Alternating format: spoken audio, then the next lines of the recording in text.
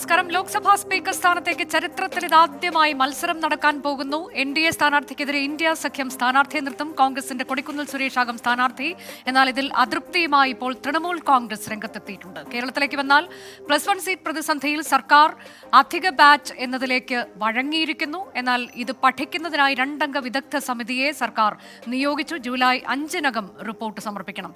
അരവിന്ദ് കെജ്രിവാളിന് വീണ്ടും തിരിച്ചടി. ഡൽഹി ഹൈക്കോടതിയിൽ നിന്ന് ജാമ്യം നൽകിയ വിചാരണ കോടതി ഉത്തരവ് സ്റ്റേ ചെയ്തു. ഇതടക്കം ഇന്നത്തെ മുഴുവൻ വാർത്തകളും ഏറ്റവും സമഗ്രമായി പ്രേക്ഷകരെ അറിയിക്കുന്ന ഇന്ന് സംഭവിച്ചത് ആരംഭിക്കുന്നു. എല്ലാ പ്രേക്ഷകർക്കും സ്വാഗതം. ആദ്യം പ്രധാന വാർത്തകൾ.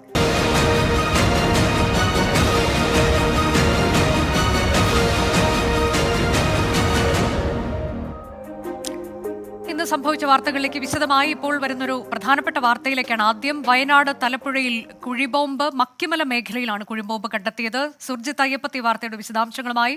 സുർജിത്ത്, ബോംബ് നിർവീര്യമാക്കിയെന്നാണ് മനസ്സിലാക്കാൻ കഴിയുന്നത്. കൂടുതൽ വിശദാംശങ്ങൾ എന്തൊക്കെയാണ്? അല്പസമയം മുമ്പാണ് ഇതുമായി ബന്ധപ്പെട്ട വിവരം ലഭ്യമായിരിക്കുന്നത്. കുഴിബോംബാണ് കണ്ടെത്തിയത്. ഇത് മക്കിമല പ്രദേശത്ത്, അതായത് മാവോയിസ്റ്റുകൾ സ്ഥിരമായി വന്നു പോകുന്ന പ്രദേശമാണിത്. ഇവിടെയാണ് കുഴിബോംബ് കണ്ടെത്തിയിരിക്കുന്നത്. അതായത് ഈ തണ്ടർബോൾട്ട് ഉൾപ്പെടെ ആ മേഖലയിലൂടെ പോകുന്ന വഴിയാണ്. ആ വഴിയിലാണ് ഇത്തരത്തിൽ ബോംബ് കണ്ടെത്തിയിരിക്കുന്നത്. അത് നിർവീര്യമാക്കിയിട്ടുണ്ട്.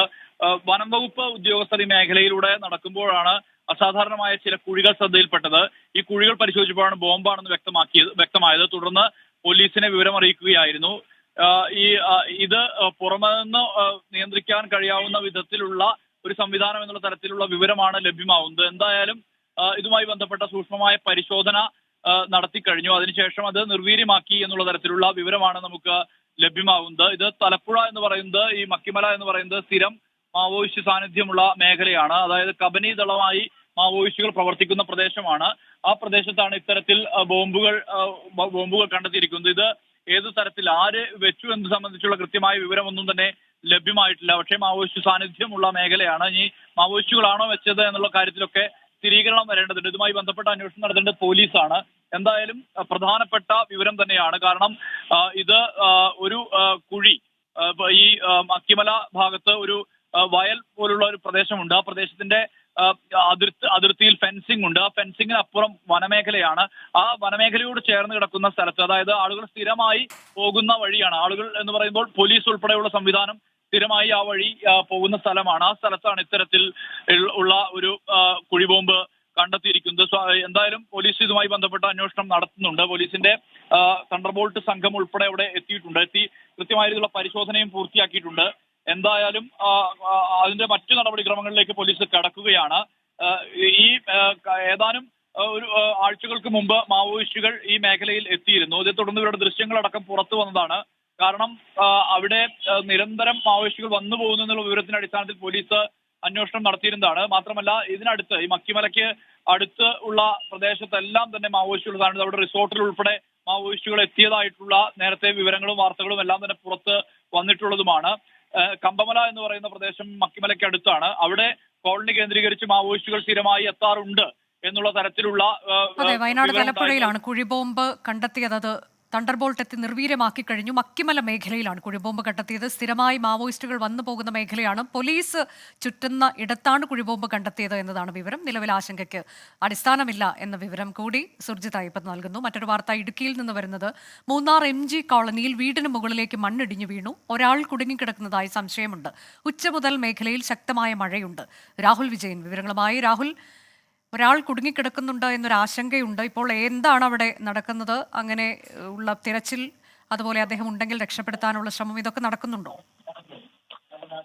അനുജ, ഉച്ചയ്ക്ക് ശേഷം മൂന്നാർ മേഖലയിൽ ശക്തമായ മഴ പെയ്യുന്നുണ്ട്. മഴയെ തുടർന്നാണ് മണ്ണിടിച്ചിലുണ്ടായത്. ഒരു വീടിന് പിൻവശത്തെ ഒരു മൺതിട്ട ഇടിഞ്ഞ് വീടിന് മുകളിലേക്ക് വീഴുകയായിരുന്നു. MG കോളനി സ്വദേശി കുമാറിന്റെ വീടിന് മുകളിലേക്കാണ് മണ്ണിടിഞ്ഞ് വീണത്.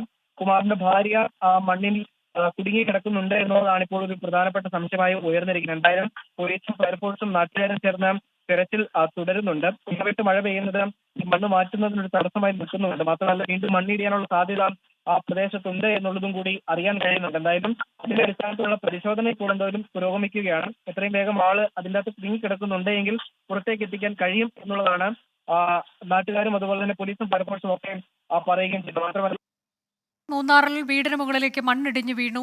ഒരാൾ കുമാർ എന്നയാളുടെ വീടിന് മുകളിലേക്കാണ് മണ്ണിടിഞ്ഞു വീണത്. അദ്ദേഹത്തിന്റെ ഭാര്യ ഈ വീട്ടിനുള്ളിൽ ഉണ്ട് എന്നൊരു സംശയമുണ്ട്, കുടുങ്ങിക്കിടക്കുന്നതായ സംശയമുണ്ട്.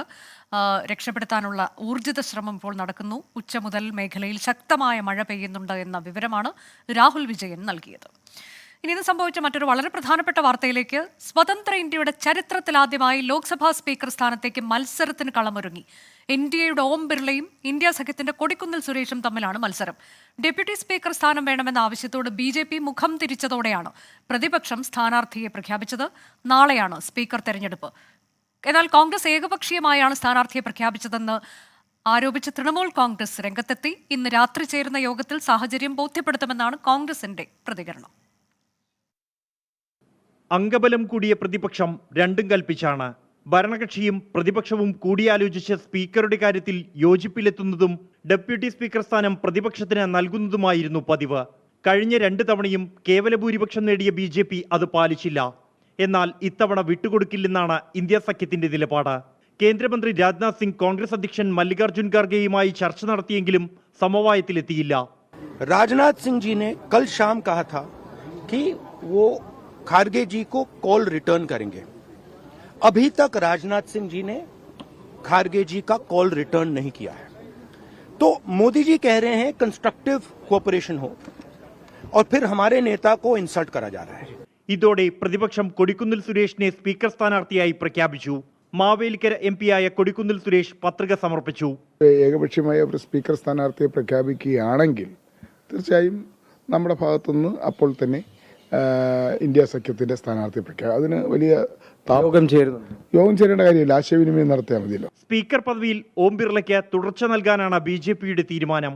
TDP സ്പീക്കർ സ്ഥാനം ആവശ്യപ്പെട്ടിരുന്നെങ്കിലും ഇവരുമായി ധാരണയിലെത്തിയാണ് ഓം ബിർളയെ വീണ്ടും സ്ഥാനാർത്ഥിയാക്കിയത്.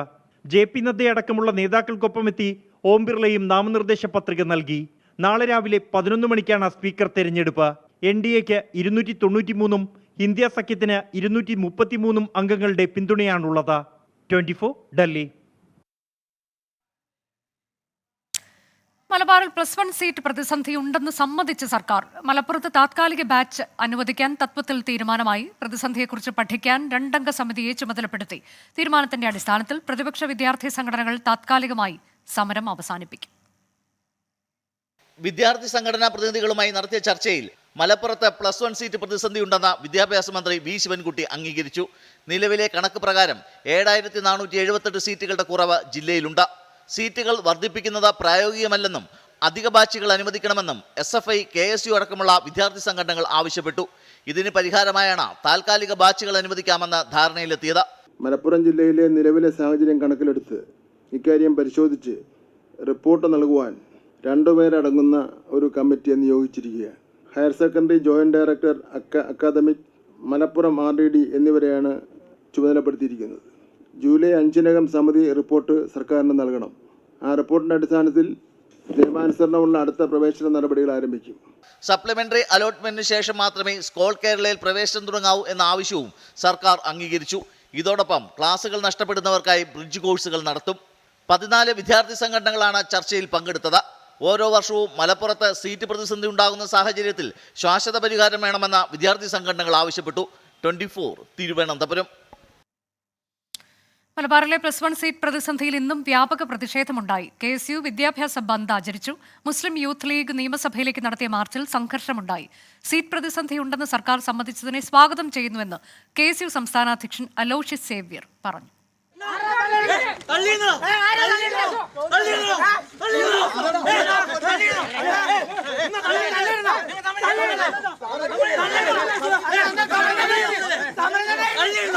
മലപ്പുറത്ത് ഹയർ സെക്കൻഡറി റീജിയണൽ ഡെപ്യൂട്ടി ഡയറക്ടറെ വസതിക്ക് മുന്നിൽ KSU പ്രവർത്തകർ പ്രതിഷേധിച്ചു. തൃശൂരിൽ DE ഓഫീസിലേക്കും പത്തനംതിട്ട ഹെഡ് പോസ്റ്റ് ഓഫീസിലേക്കും KSU മാർച്ച് നടത്തി. തൃശൂരിൽ പ്രതിഷേധക്കാരെ പോലീസ് അറസ്റ്റ് ചെയ്തു. കോഴിക്കോട് RDD ഓഫീസിലേക്ക് SDPയും ഫ്രറ്റേണിറ്റി മൂവ്മെന്റും നടത്തിയ മാർച്ചിൽ നേരിയ സംഘർഷമുണ്ടായി. വിദ്യാർത്ഥി സംഘടനകളുമായി നടത്തിയ ചർച്ചയ്ക്കൊടുവിൽ സീറ്റ് പ്രതിസന്ധിയുണ്ടെന്ന് സർക്കാർ സമ്മതിച്ചതിനെ KSU സംസ്ഥാന അധ്യക്ഷൻ അലോഷ്യസ് സേവ്യർ സ്വാഗതം ചെയ്തു.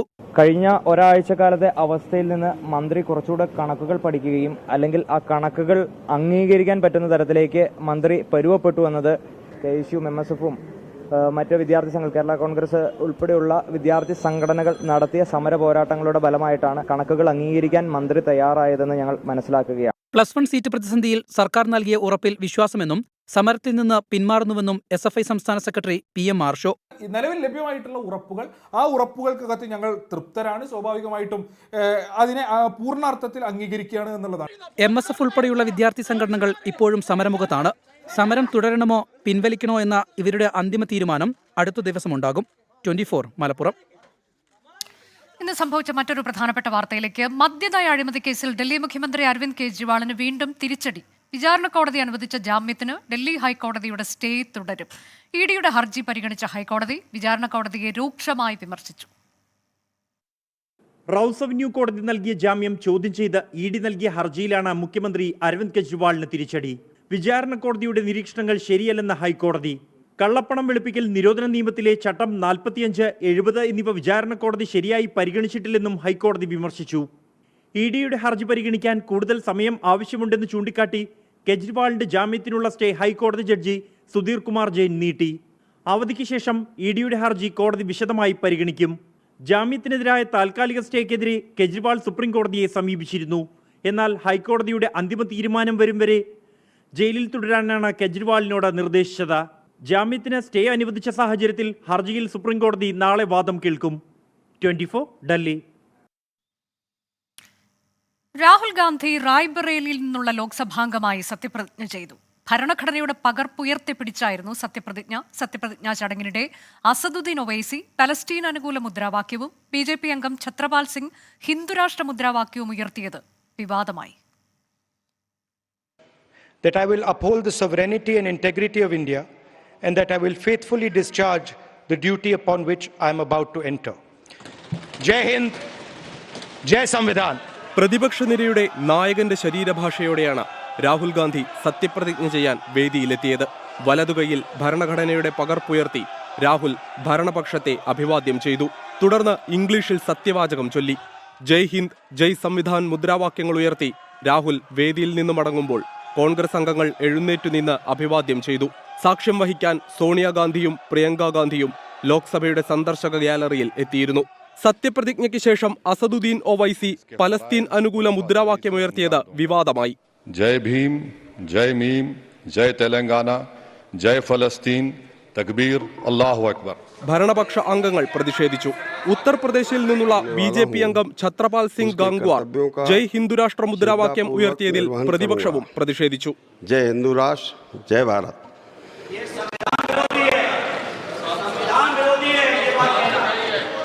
വിവാദ പരാമർശങ്ങൾ രേഖയിൽ നിന്ന് ഒഴിവാക്കുമെന്ന് പ്രോട്ടൈം സ്പീക്കർ അറിയിച്ചു. 24 ഡൽഹി. ഇന്ന് സംഭവിച്ച മറ്റു ചില വാർത്തകൾ ചുരുക്കത്തിൽ. ഇടുക്കിയിൽ രാത്രിയാത്രയ്ക്ക് നിരോധനം. കനത്ത മഴ തുടരുന്ന സാഹചര്യത്തിൽ ജില്ലയിൽ രാത്രിയാത്ര നിരോധിച്ച് ജില്ലാ കളക്ടറുടെ ഉത്തരവ്. രാത്രി 7 മുതൽ നാളെ രാവിലെ 6 മണി വരെയാണ് നിരോധനം. സംസ്ഥാനത്ത് 3 ദിവസം കൂടി ശക്തമായ മഴ തുടരും.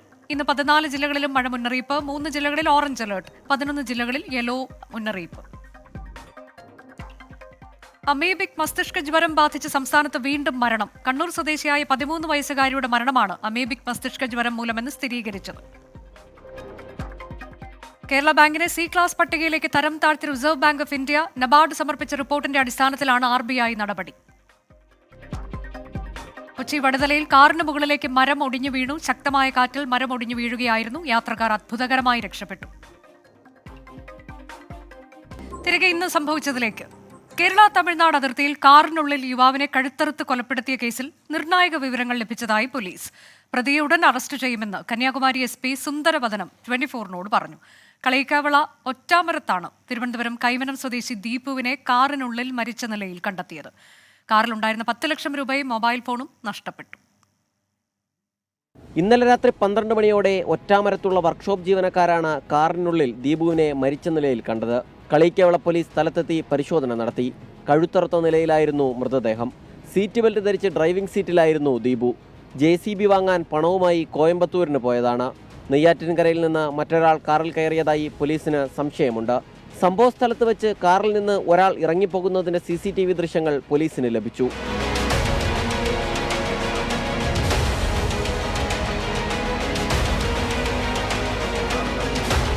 കാറിൽ നിന്ന് ഇറങ്ങിപ്പോയ ആൾക്കായി പോലീസ് അന്വേഷണം ആരംഭിച്ചു. ബിസിനസ്സിൽ ദീപുവിന് ശത്രുക്കളുണ്ടായിരുന്നുവെന്നാണ് ബന്ധുക്കളുടെ സംശയം.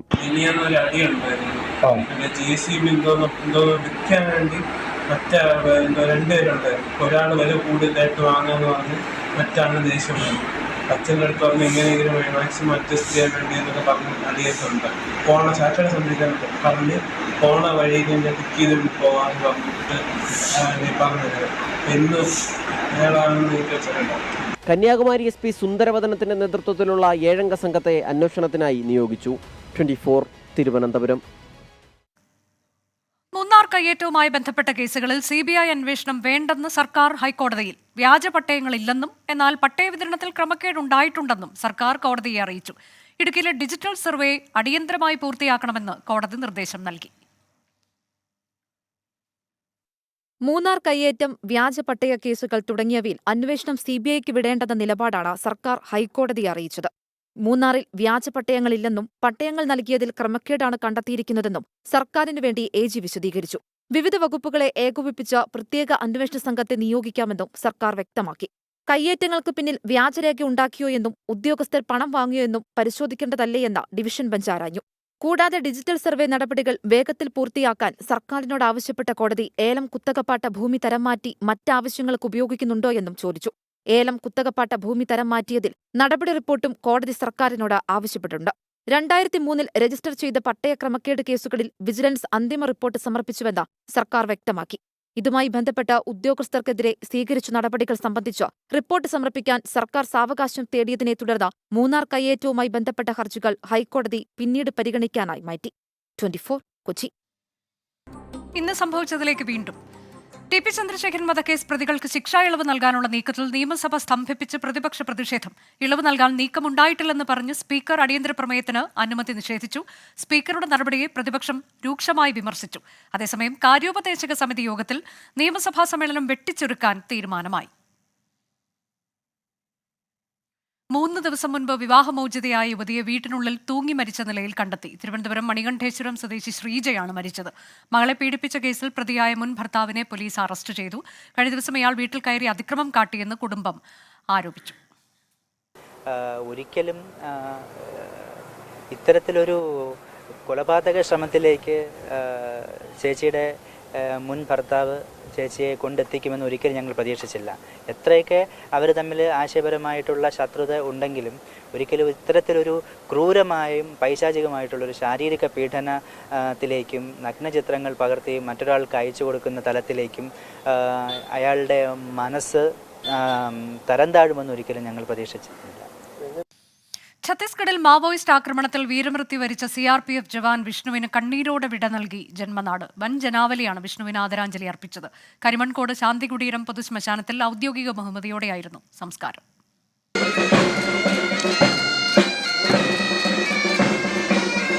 ഒരു നോക്ക് കാണാൻ പോലുമാകാത്ത വേദനയോടെ ഒരു നാട് മുഴുവൻ ധീരജവാന് വിട നൽകി.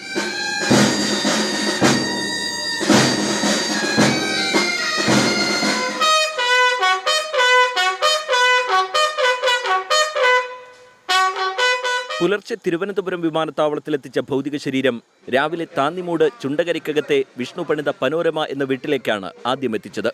തുടർന്ന് പൊട്ടൻചിറയിലെ കുടുംബ വീട്ടിലേക്ക്. നിറകണ്ണുകളുമായി വീട്ടിൽ മകനെ കാത്തിരുന്ന അച്ഛൻ്റെയും അമ്മയുടെയും ഭാര്യയുടെയും മക്കളുടെയും മുന്നിലേക്ക് വിഷ്ണു വന്നത് ചേതനയറ്റ്.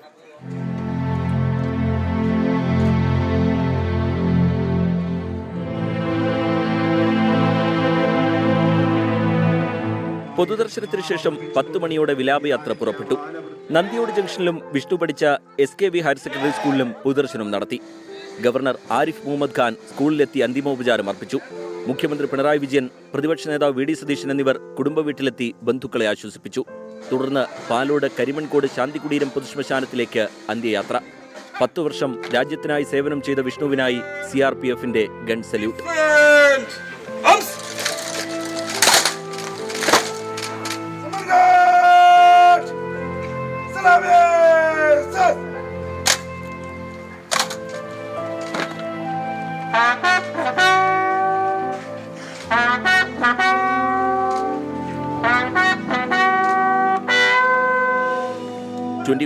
തിരുവനന്തപുരം. സ്പോർട്സ് വാർത്തയിലേക്കാണ് ഇനി കാൽപന്തോളം. കോയറോൺ മാട്രസസ് യൂറോ കോപ്പ കാൽപന്തോളം സമർപ്പിക്കുന്നത് Coiron mattresses. Sleep better, live better.